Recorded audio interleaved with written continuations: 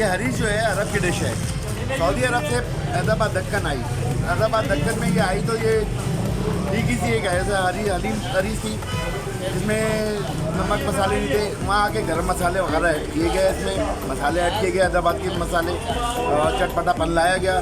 फिर इसको लेके आ गया हैदराबादी हलीम के तौर पे। ये अरबी हरीश के नाम से मशहूर थी, हैदराबादी हरीसा हो गया।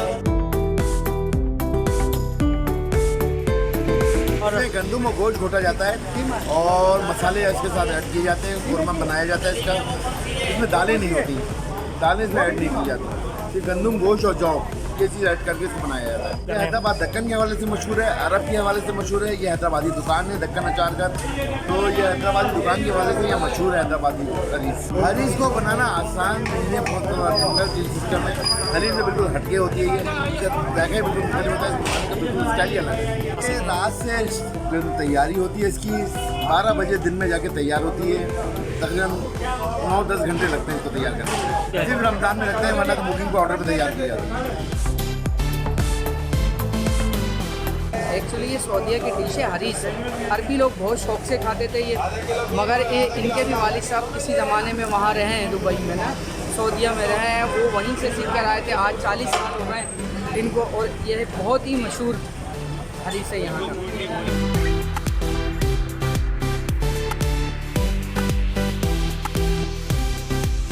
जब अरब हमारे हैदराबाद दक्कन में आए थे निज़ाम के कहने पर, काफ़ी दुनिया से लोग आए थे, फौजें आई थी, तो अरब भी आए थे, तो साथ में जाए थे उन्होंने पकवान अपनी मवादें लेके आए थे। तो वहाँ से हमें ये मुंतकिल हुआ और वहाँ से फिर जब हमने पाकिस्तान जब बना तो हम पाकिस्तान जब आए तो और अल्हम्दुलिल्लाह ये अल्लाह का एहसान है कि मेरे वालिद सैयद मुनव्वर उन्होंने ये पाकिस्तान में इसको इंट्रोड्यूस करवाया।